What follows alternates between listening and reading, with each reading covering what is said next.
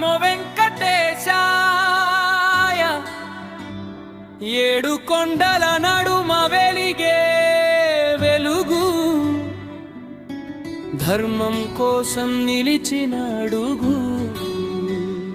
ఈరోజు కాదు ఇది 12వ సారి.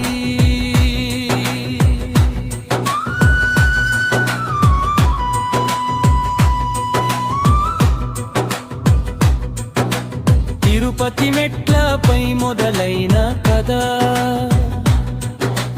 భక్తితో కాదు బాధ్యతతో నడిచిన యాత్ర. ఒక్కసారి కాదు, రెండుసారి కాదు, పోరాటమాగని 12వ సారి.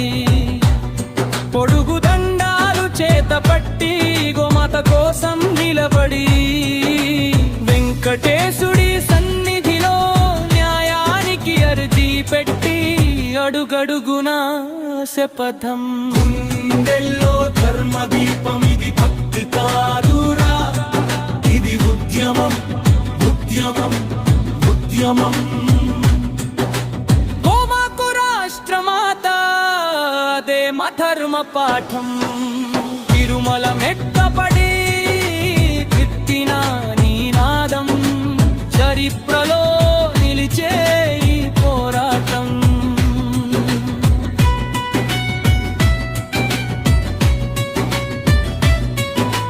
తల్లి పాలతో బతికిన జాతి, తల్లినే మర్చిపోతే పాపమది.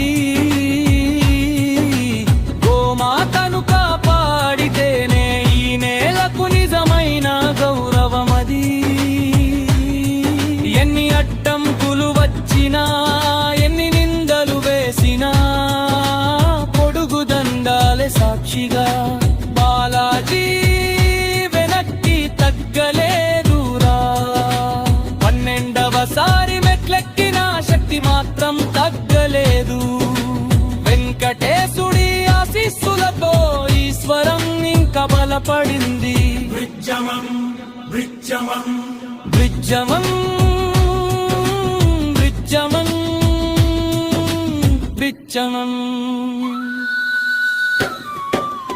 ఒక్క మనిషి నడక కాదు, లక్షల గుండెల పిలుపు. ఈ నినాదం ఆగదు, ఇది కాలానికి ఇచ్చిన శబ్దం. దోసాలలో వెలిగే ఆశ, గ్రామాల్లో పుడే విశ్వాసం. గోమాత రాష్ట్ర మాత అయితే ధర్మానికి అదే పరిపాలన.